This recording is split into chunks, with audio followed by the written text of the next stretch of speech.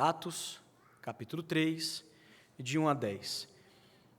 Pedro e João estavam se dirigindo ao templo para a oração das 3 horas da tarde. Estava sendo levado um homem coxo de nascença, que diariamente era colocado à porta do templo chamada Formosa, para pedir esmolas aos que entravam. Quando ele viu Pedro e João, que iam entrar no templo, pediu que lhe dessem uma esmola. Pedro, fitando juntamente com João, disse: "Olhe para nós." Ele os olhava atentamente, esperando receber alguma coisa. Pedro, porém, lhe disse: "Não possuo nem prata nem ouro, mas o que tenho, isso lhe dou. Em nome de Jesus Cristo, o Nazareno, levante-se e ande." E, pegando na mão direita do homem, ajudou-o a se levantar. E imediatamente os seus pés e tornozelos se firmaram. E, dando um salto, ficou em pé, começou a andar e entrou com eles no templo, pulando e louvando a Deus. Todo o povo viu o homem andando e louvando a Deus, e reconheceram que ele era o mesmo que pedia esmolas, assentado à porta formosa do templo, e ficaram muito admirados e espantados com o que lhe tinha acontecido. Queridos, o tema dessa nossa exposição é surpreendido pelo novo. Surpreendido pelo novo. Eu quero iniciar, irmãos, esse nosso tempo de exposição da palavra de Deus. Eu quero iniciar contando uma história real, uma história verídica. A história de Sundar. Sundar nasceu em meio às profundezas da cultura e da religião indiana. Durante a primeira parte de sua vida, a mãe de Sundar o levava semana após semana para sentar-se aos pés de um sadhu, um homem santo ascético. Porém, a morte de sua mãe, quando ele tinha apenas 14 anos, o transformou em um jovem desesperado e agressivo. Seu ódio pelos missionários e pelos cristãos locais culminou na queima da Bíblia, que ele destruiu página por página. Contudo, em pouco tempo, Sundar estava decidido a se lançar na frente de um trem, se Deus não lhe revelasse o verdadeiro caminho da paz. Às 3 da madrugada, Sundar levantou-se da cama e saiu para o pátio, ao luar, para o banho cerimonial, observado pelos devotos hindus antes do culto. Voltando ao seu quarto, ajoelhou-se e, inclinando a cabeça ao chão, implorou que Deus se revelasse. Nada aconteceu. Ele não sabia o que esperar. Uma voz? Uma visão? Mas nada aconteceu. E rapidamente se aproximava o momento em que o trem passaria. Sundar ergueu a cabeça e abriu os olhos. E algo novo o surpreendeu. Sundar foi surpreendido pelo novo. Ele viu uma leve nuvem de luz no quarto. Todavia, era muito cedo para o amanhecer. Ele abriu a porta, olhou para o pátio, escuridão. Voltou para o quarto e viu a luz ficando mais clara. Para sua surpresa, Sundar teve um encontro com a presença de Jesus Cristo no quarto. Brilhando, irradiando uma inexprimível alegria, paz e amor. Como que olhando para ele com compaixão e perguntando: "Por que você me persegue? Eu morri por você." Essa é apenas uma das milhares de histórias de pessoas sendo surpreendidas pelo poder de Deus. Um homem em desespero, pensamentos de suicídio, mas Sundar foi surpreendido pelo novo, foi surpreendido pelo poder de Deus.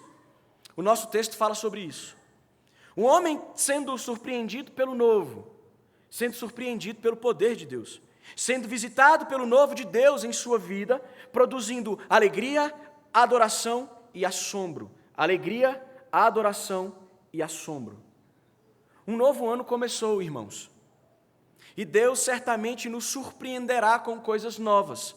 Afinal, ninguém pode saber o que 2026 reserva. Mas pela providência divina, para nós, sabemos que Deus está no controle de todas as coisas. Uma coisa eu sei, bem antes de entrarmos em 2026, Deus já escreveu a nossa história nesse ano que começa.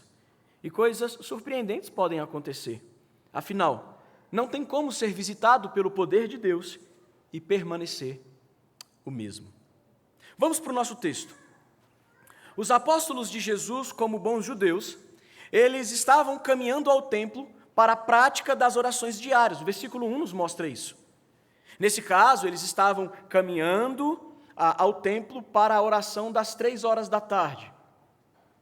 O texto nos mostra também que um homem coxo de nascença, esse homem ele era levado diariamente para a porta do templo, cujo nome da porta era Formosa. E esse homem, coxo de nascença, era levado diariamente à porta do templo para pedir esmola. Naquele tempo, o templo era um lugar muito movimentado, ou seja, um ótimo lugar para pedir esmola. Um lugar estratégico para um homem coxo ganhar suas moedinhas. Alguns comentaristas vão afirmar que esse homem, ele não era da comunidade cristã, uma vez que dentro da comunidade cristã, ninguém ficava sem assistência financeira. Atos 2, verso 44 e verso 45.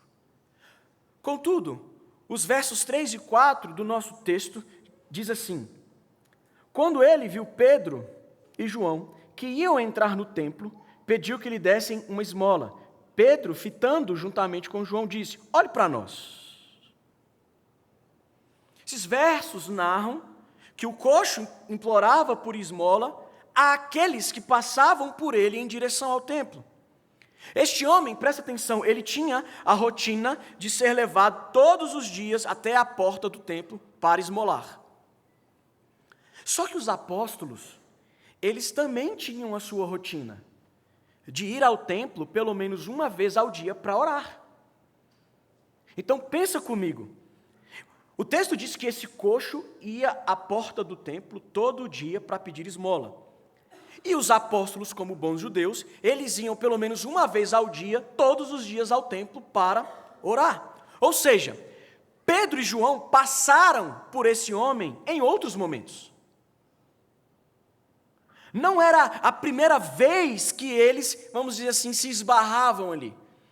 É muito provável, dizem os estudiosos, que Pedro e João já tinham visto aquele mendigo, aquele homem que estava ali esmolando, em outros momentos, em outras oportunidades. Mas, preste atenção, em um determinado dia, Deus resolveu realizar algo novo. E Deus usaria Pedro e João como instrumentos para o novo que ele tinha para aquele coxo, paralítico. Afinal, esse é o desafio do novo: transformar vidas. Pedro olha para aquele homem e diz: olha para nós, versículo 4, olha para nós. Provavelmente o coxo devia estar cabisbaixo, porque Pedro falou: olhe para nós. Talvez ali só emitindo palavras ao ar, enquanto algumas moedas eram jogadas em seu lençol. Se você já foi ali no setor comercial sul, é muito comum as pessoas ficarem ali com uma vasilhinha de margarina. Às vezes nem olha para você e você joga ali umas moedas.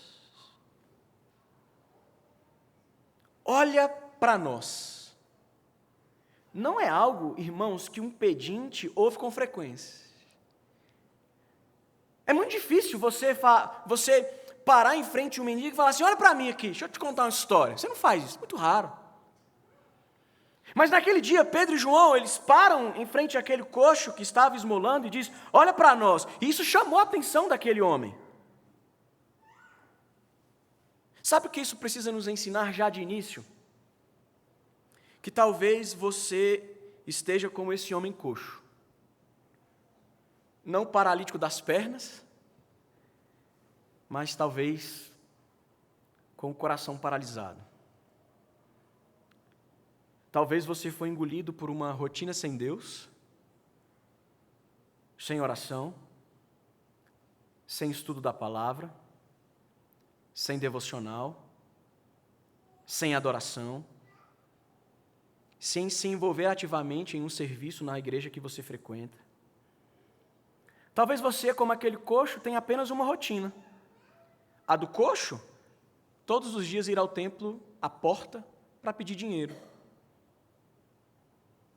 Talvez você tenha apenas uma rotina religiosa, de vir a esse lugar que nós chamamos de templo, talvez não para ouvir aquilo que Deus quer falar com você, mas talvez para ganhar alguma coisa de Deus. Talvez não uma esmola, mas talvez para barganhar com o Senhor alguma coisa que você deseja. Aquele homem que pedia esmola na porta do templo, ele olhou atentamente para Pedro e João. O verso 5 nos mostra, né? Ele olhava atentamente. Imagina comigo o coração daquele homem ao ouvir Pedro dizendo, olhe para nós. Provavelmente no coração daquele homem veio assim, opa! Hoje a esmola vai ser boa. Esses dois homens aí até pediram a minha atenção. Deve vir alguma esmola boa por aí. Todavia, irmãos, o novo é sempre algo desconhecido. E esse homem coxo seria surpreendido. O coxo seria surpreendido não por uma esmola gorda, mas pelo poder de Deus. E o novo que somente o poder de Deus pode realizar. No versículo 6 nós temos, quando Pedro diz, olha, eu não tenho dinheiro não. Pensa na expectativa daquele homem esfarelando igual uma paçoca. Você não tem dinheiro, então para que você está me chamando, cara? Mas Pedro diz, olha, o que eu tenho, eu te dou. Em nome de Jesus. Em nome de Jesus. Levanta e anda. Sabe o que isso precisa nos ensinar, irmãos? Que o Deus que a gente serve, Ele é um Deus de novidade. Veja, o que esmolava, aquele coxo, aquele pendente, ele não queria absolutamente nada de novo. Ele queria o de sempre, sua esmola. E nós somos assim, irmãos. A gente quer o mesmo de sempre. A gente não gosta muito de novidade. Ah, pastor, eu não sou assim não. Deixa a liderança da igreja fazer umas mudanças radicais. Você vai ver que você não gosta de muita coisa nova. A gente gosta do que sempre foi. A gente tem dificuldade com o novo. A gente tem dificuldade com novidade. Mas o nosso Deus, Ele é um Deus de novidade. Deus gosta de fazer coisas novas. Deus gosta de nos surpreender com coisas novas. Esse homem seria surpreendido com algo novo. Melhor ainda, e maior do que a mera esmola que ele recebia diariamente na porta do templo. O poder de Deus, ou o poder do novo de Deus em nossas vidas, visa sempre nos tirar da paralisia espiritual. Você estava achando que seria uma pregação mais da prosperidade? O novo de Deus nas nossas vidas sempre vai vir ao nosso encontro para nos tirar da paralisia espiritual. Matthew Henry, um puritano, diz assim, acerca desse texto, o propósito é nos mostrar o estado que todos nós somos espiritualmente por natureza, sem força, sem firmeza, paralíticos desde o nascimento, e incapazes de trabalhar ou andar a serviço de Deus. Isso é prova viva, irmãos. Dia após dia, semana após semana, mês após mês, ano após ano, os pastores têm que ficar implorando para arranjar gente para servir nas áreas da igreja. Sabe por quê? Porque na sua natureza, você é sem força, sem firmeza, paralítico, incapaz de trabalhar ou andar a serviço de Deus. Dia a dia Deus tem que me tirar da minha preguiça, da minha paralisia, da minha fraqueza e dizer, bora meu filho, vai, Nós não somos diferentes em nada desse coxo. Talvez a gente tenha 2 pernas boas para andar, mas talvez o nosso coração está mais paralisado do que as pernas deste paralítico. Irmãos, Deus é especialista no novo. E sabe o que é interessante? No Novo Testamento, no grego, nós temos 2 termos para a palavra novo, neos e kainos. São 2 termos gregos que nós temos em todo o Novo Testamento, que significa essa ideia do novo, neos e kainos. Por exemplo, a criação ex nihilo em Gênesis, do nada, é o neos, é o novo de Deus. Então esse termo grego, neos, é algo que não existia e passou a existir. É quando Deus faz algo novo do nada. Haja luz, pum, houve luz. Vou criar os cachorrinhos, pum, nasce os cachorros, passa a existir os cachorrinhos do nada. Então, neos é esse novo que vem do nada, é a ideia ali de Gênesis. Ou então, como nós lemos no texto de Isaías, cria um rio no meio do deserto, ou cria uma estrada no meio do mar vermelho, neos, novo, do nada algo surge. Mas Deus, Ele não é apenas um Deus que cria algo novo do nada. Porque Deus também é mestre em melhorar o que já existe. Essa é a ideia do kainos, que também é muitas vezes traduzido do grego para novo. Só que não é novo a partir de algo que existe a partir do nada. É novo no sentido de que Deus pega algo e Ele melhora aquele algo que já existe. Mas Ele vai gerando novidade na vida daquela pessoa. Por exemplo, com o paralítico não foi um neos. Ele não era alguém que não tinha perna e Deus foi lá e pum! Jesus foi lá, os apóstolos, Deus por meio dos apóstolos, pum! E nasceu 2 pernas do nada. Não. Ali é o kainos, ou seja, as pernas estão ali, só que elas não estão funcionando.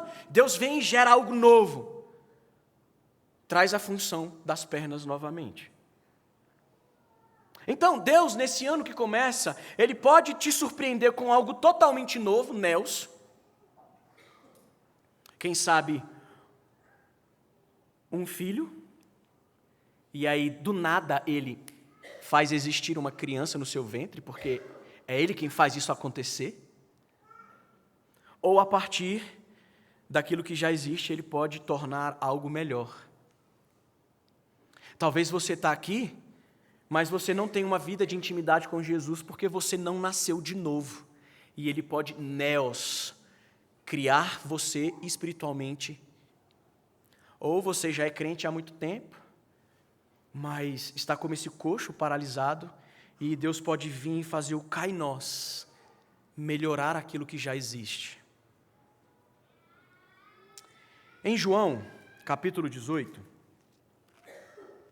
versículo 25 a 27, diz assim. João 18, 25 a 27. Simão Pedro estava em pé, aquecendo-se. Então lhe perguntaram, você também não é um dos discípulos dele? Ele negou e disse, não sou.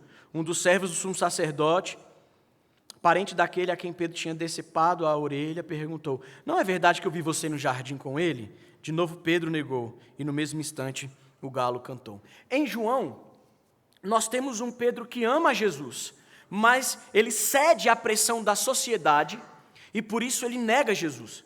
Mas em Atos capítulo 4, um capítulo depois do texto que nós estamos lendo, a gente tem esse mesmo Pedro, Atos 4, verso 18, que diz assim, chamando-os, ordenaram-lhes que de modo nenhum falassem, nem ensinassem no nome de Jesus. Mas Pedro e João responderam, os senhores mesmos julguem se é justo diante de Deus, ouvirmos antes aos senhores do que a Deus. Pois nós não podemos deixar de falar das coisas que vimos e ouvimos. Depois, ameaçando-os mais ainda, os soltaram, não tendo achado como os castigar por causa do povo, porque todos glorificavam a Deus pelo que tinha acontecido. Ora, o homem em quem tinha sido operado esse milagre de cura tinha mais de 40 anos de idade. Em João 18, nós temos um João que tem um conhecimento, em Pedro, que tem um conhecimento de quem Jesus é, que caminhou com Jesus, que viu tudo que Jesus fez. Mas em determinado momento da caminhada, o coração desse Pedro meio que paralisa. E quando a sociedade pressiona, ele diz, não conheço esse Jesus, não sei quem é.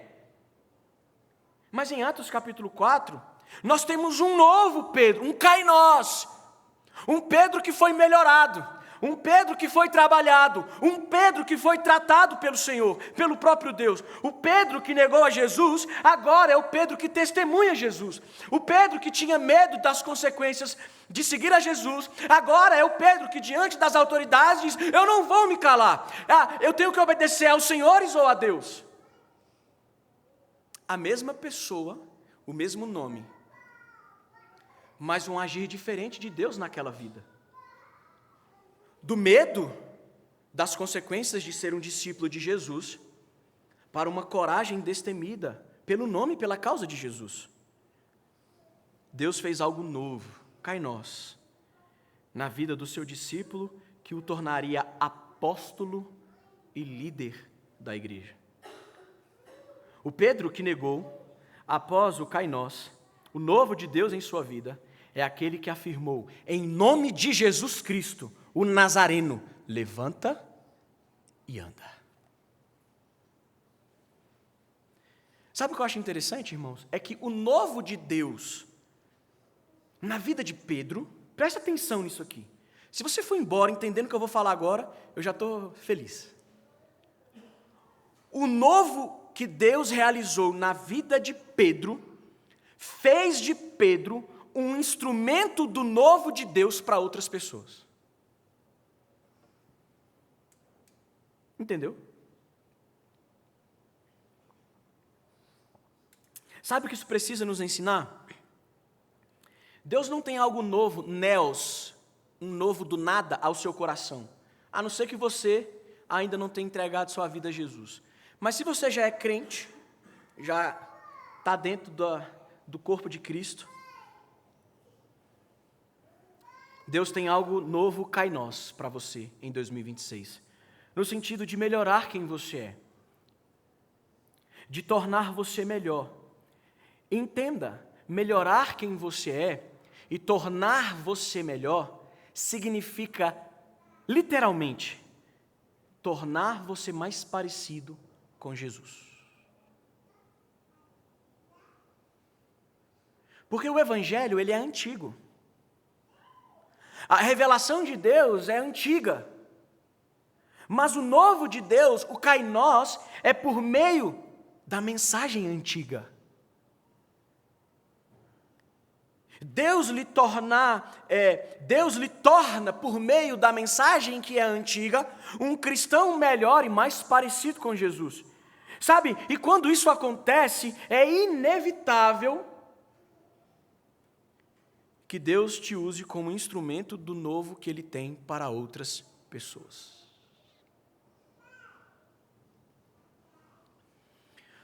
Sabe por que o novo de Deus surpreende?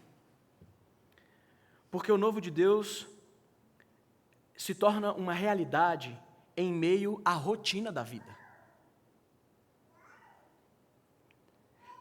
O que aconteceu com esse homem foi algo extraordinário, mas dentro do ordinário. Ele, dia a dia, ia ao templo pedir esmola. Esse era o ordinário desse homem, da vida desse homem. E é em meio ao ordinário que Deus trouxe novidade para a vida desse homem. Deus não falou assim, Pedro e João, pega esse cara, leva para cima do monte, eu vou mandar raio, fogo, trovão, vocês vão ouvir uma voz do arcanjo. Não, nada disso. Em meio ao ordinário da vida daquele pedinte, Deus entra e age de forma extraordinária.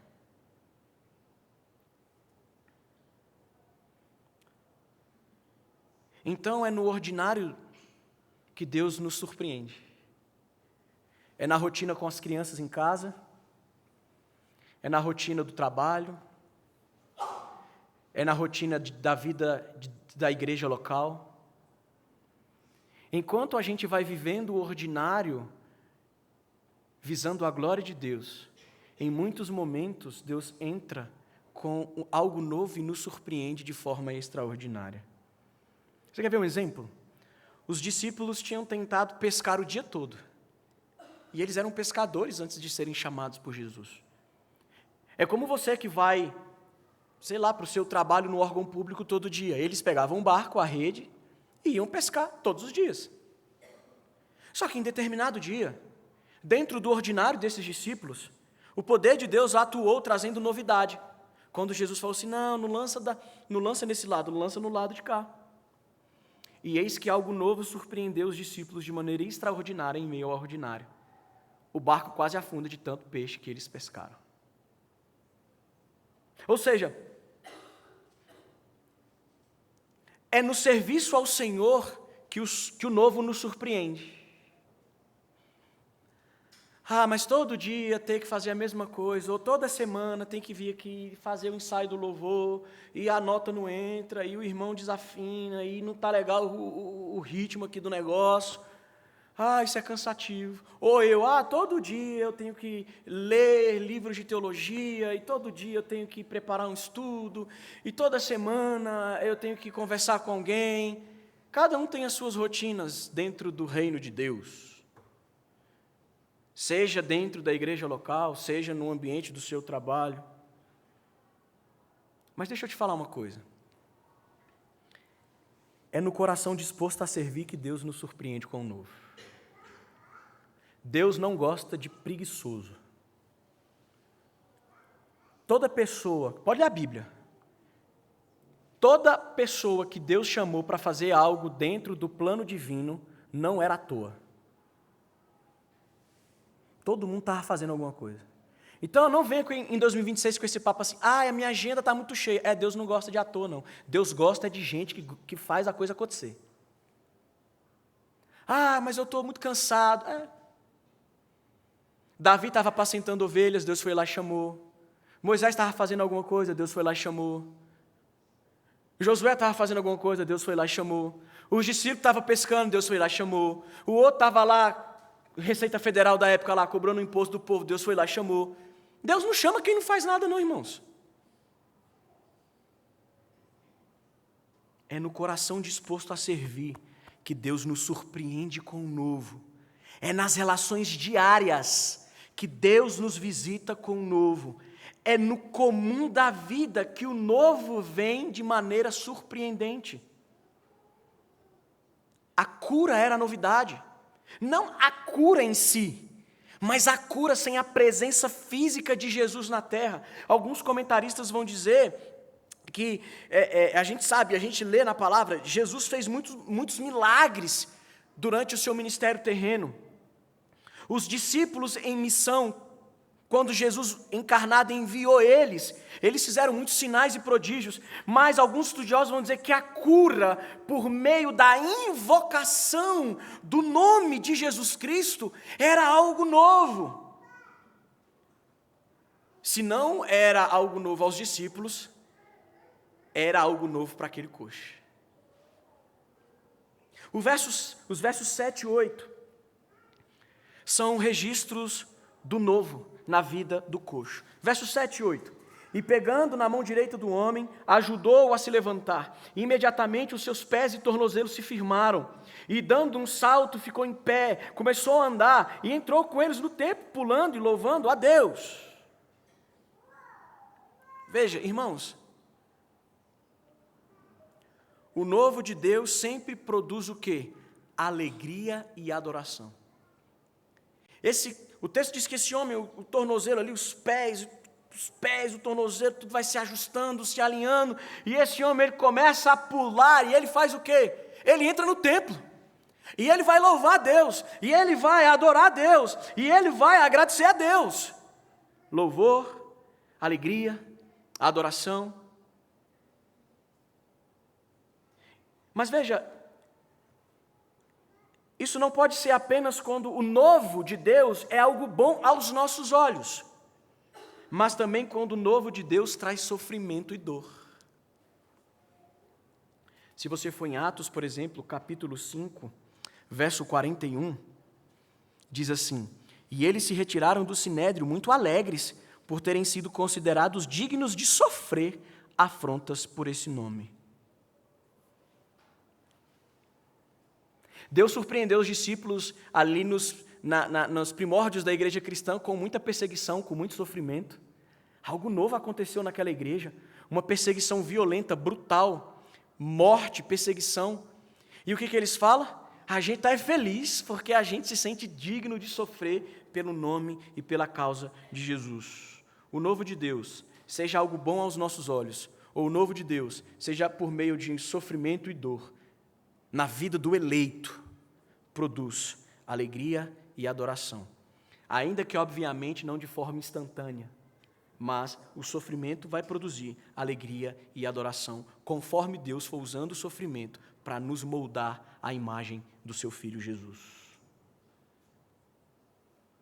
O verso 8 é muito interessante, porque diz assim: e dando um salto, ficou de pé, começou a andar, e entrou aonde? Aonde que esse coxo entrou? No templo.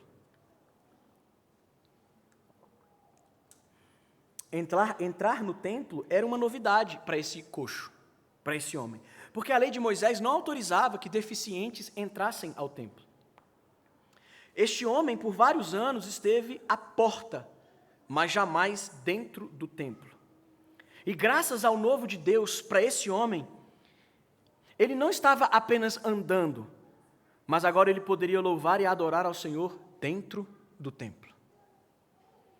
Alegria e adoração é o que o novo de Deus gera em nós. Sabe o que isso precisa nos ensinar, irmãos? Que nós éramos como esse homem coxo. Pior, pois a gente não estava apenas paralisado das pernas. Nós não estávamos apenas paralisados espiritualmente. A Bíblia diz que nós estávamos mortos em nossos delitos e pecados. Só que um dia a gente foi surpreendido pelo novo de Deus. Um novo coração, uma nova vida, a vida eterna, um novo nascimento produzindo alegria e adoração. O coxo não podia entrar no templo. Nós, antes, não podíamos entrar na presença do Senhor. Mas assim como o coxo, fomos surpreendidos pelo novo de Deus em Jesus. Por isso, nós não apenas entramos em um local de oração, aqui, mas entramos na presença de Deus em adoração. Hebreus 10, do 19 ao 25, nos lembra isso. Essa é a grande novidade de Deus aos homens, um acesso direto a Ele. O novo de Deus produz alegria, adoração e assombro. Mas deixa eu falar para a turma mais nova aqui. Talvez aí com os seus 13, 12, 14, 15, 16, 17, 18 anos.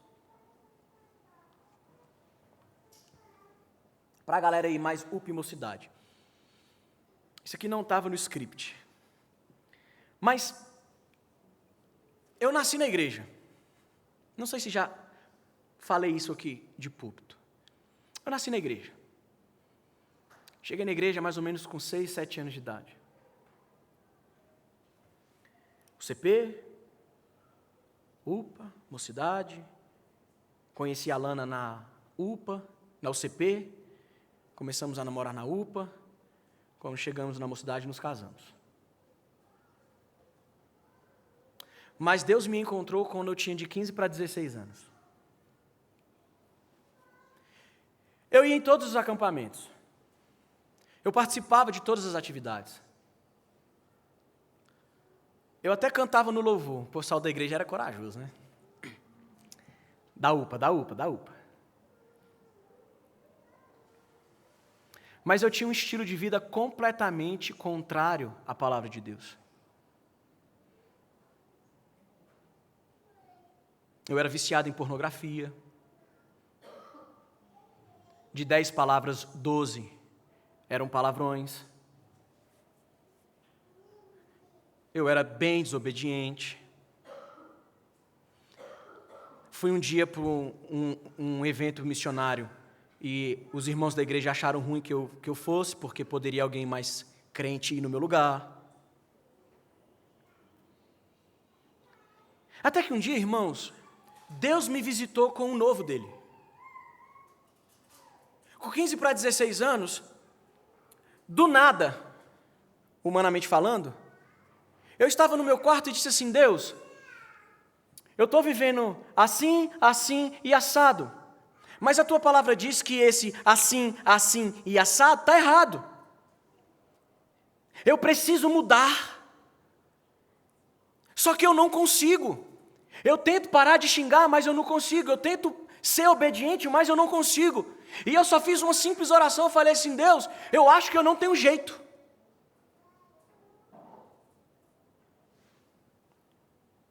E em 2003, 2004, acho que a Alana vai me ajudar. 2003, né? Teve uma viagem missionária para Mato Grosso, eu acho, Argentina, não lembro agora. Da Jocum. Era Kings Kids, né? A gente doava as nossas um mês de férias e tal. E eu lembro que alguns irmãos da igreja falaram muito. O André vai. Tinha que colocar alguém que quer alguma coisa com Deus e tal. E eu no meu quarto sozinho fiz uma oração. Eu falei: Deus, o Senhor é poderoso, eu sei disso. Me ajuda a voltar dessa viagem a outra pessoa. E eu fui para esse evangelismo. Irmãos, os adolescentes dançavam e eu não dançava nada. A única coisa que eu fazia bem, entre aspas, era me comunicar com as pessoas. Então tinha um grupo de evangelismo, eu ia, e eu já contei aqui do evangelismo do carro e tal, Deus no volante. E eu sei, irmãos, que durante um mês eu acordava todo dia, 5 horas da manhã. O horário de acordar era 7. E a minha oração era só uma: Deus, me ajuda a mudar. Só isso. Deus, me ajuda a mudar. Deus, me ajuda a mudar. Irmãos, eu não sei assim. Aconteceu alguma coisa naqueles dias que, quando eu voltei, eu não era mais o mesmo. Eu não ouvi uma voz, eu não tive uma visão mirabolante, eu não falei xericanta na gaçúbia. Era um adolescente diante de Deus, simplesmente dizendo assim: Deus, eu preciso mudar, mas eu não consigo. Por que eu estou contando isso, irmãos? Porque o verso 9 e 10 do nosso texto diz que o novo de Deus, ele produz alegria, adoração e assombro no nosso coração. Porque as pessoas, ao contemplarem o novo de Deus na vida daquele homem, aquelas pessoas ficaram admiradas. Aquelas pessoas ficaram espantadas. O texto diz, aquelas pessoas ficaram surpreendidas com o novo de Deus. Como que aquele coxo agora está andando? Como que aquele miserável, aquela escória da sociedade, agora ele está dentro do templo, louvando, pulando, cantando, adorando a Deus? Porque quando alguém recebe um novo coração, não é exatamente isso que as pessoas próximas falam a respeito?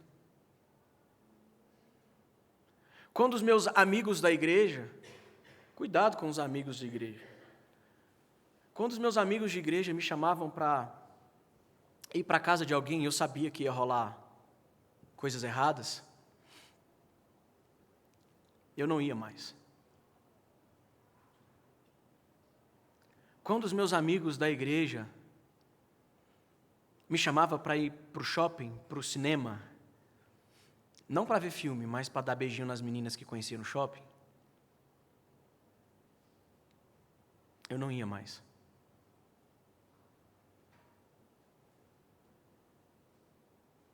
E eles começaram a dizer assim: o André tá paia. O André tá paia.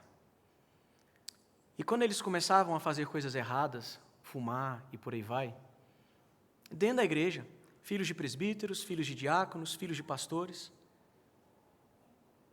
filhos de membro comum, porque a gente tem esse negócio de fazer diferença de filho de um de outro. Eu era o X9, e era mesmo. Eu chegava para o fulano e falava: tio, Olha lá no guarda-roupa do fulano, tem um narguilé lá. O André ficou meio paia. Caminhando para o final, irmãos. Uma ilustração de que o novo de Deus promove assombro, espanto. O meu pai, já falecido, ele odiava a igreja. Meu pai odiava crente. Meu pai dizia, eu não vou na igreja não, que o pastor só quer o meu dinheiro. Mal ele sabia que o filho seria pastor. Mas um dia meu pai foi visitado pelo novo de Deus. Deus deu um novo coração, Deus deu uma nova vida. Meu pai até virou tesoureiro da igreja. E dizia, os irmãos não estão dizimando. Eu lembro que os familiares diziam assim, ué, o Maurílio agora está indo para a igreja? Como que Maria, que era uma mulher imunda e promíscua, agora se tornou uma seguidora de Jesus?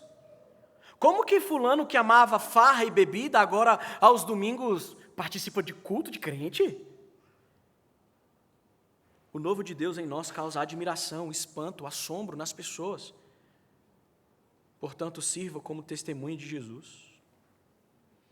Porque quando os outros contemplam o novo de Deus em nós, quando percebem a alegria e a adoração ao Senhor, elas ficam assombradas, surpreendidas. Irmão, que 2026 seja o ano do novo de Deus para a sua vida. Que você saia da paralisia espiritual, que você se envolva no serviço, que você não fique como um mero consumidor, porque o novo de Deus produz alegria, adoração, surpresa e assombro nos incrédulos. Que em 2026 você se torne instrumento do novo de Deus na vida de outras pessoas por meio do serviço e da pregação. Os discípulos pensavam no reino local de Israel como um poder político. O coxo pensava apenas na sua necessidade mais básica, esmola para sobreviver. O novo de Deus revela algo maior do que o homem em si. Jesus veio inaugurar um reino espiritual com um poder macro, não apenas Israel, mas o mundo, não apenas os 12, mas povos de todas as tribos, línguas e nações. O ser humano sempre pensa na sua história particular. Deus vem e nos mostra que existe a história das histórias, a metanarrativa, a história da redenção, uma nova história, uma nova vida. A cura do coxo e a nossa cura espiritual revela essa verdade. A vida é um dom de Deus e as novidades de Deus em nós um presente gracioso. A beleza do Evangelho é o reconhecimento de que nada vem de nós, mas daquele que habita em nós. Esse ex-paralítico é a prova viva de que em Cristo nada é impossível e que todas as coisas cooperam para a glória do nome do nosso Senhor. O filho difícil não é impossível. O marido incrédulo, coração duro, não é impossível. O emprego que nunca melhora não é impossível. O pecado que você cai dia após dia, mês após mês, ano após ano, não é impossível. A cura, entrar no templo, adorar, tudo isso foi uma novidade. Mas nada disso seria uma realidade na vida daquele homem se não fosse o poder no nome de Jesus. O homem nada fez para voltar a andar. Na verdade, talvez ele nem desejasse, ele só queria esmola. Nós nada fizemos para nascer de novo, para recebermos um novo coração, para sermos adotados e recebidos como filhos de Deus. Mas um dia, queridos, Deus nos visitou com sua novidade de vida, e por isso, como aquele homem, podemos afirmar, não sou eu, mas Jesus em mim, como diz um cântico. Quando todas as novidades desse ano baterem à porta, diga a você mesmo, não sou eu, é Jesus. Quando a novidade produzir coisas agradáveis, reconheça, é o Senhor. Quando a novidade gerar sofrimento, reconheça, é o Senhor. Lembra do indiano Sundar? Ele desejava tirar a própria vida, mas Deus o surpreendeu com algo novo. O indiano, o coxo na porta do templo, eu e você nada fizemos para receber o novo de Deus. a nova vida em Jesus, mas um dia fomos surpreendidos pelo novo de Deus, pelo poder do Senhor, e isso precisa levar a mim e a você a reconhecer: não sou eu, mas é Jesus em mim. Milagre, irmãos. Uma palavra que jamais se perderá do vocabulário humano. Uma palavra pequena, mas que representa grandes coisas.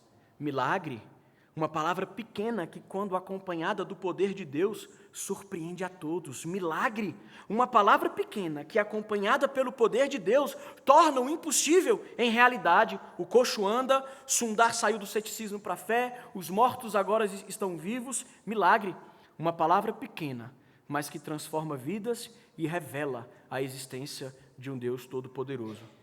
E o milagre tem uma explicação, e essa explicação tem um nome, e esse nome é de uma pessoa: Jesus Cristo, o Filho de Deus. E diante dessa realidade, ninguém se mantém incrédulo, mas crentes no Senhor.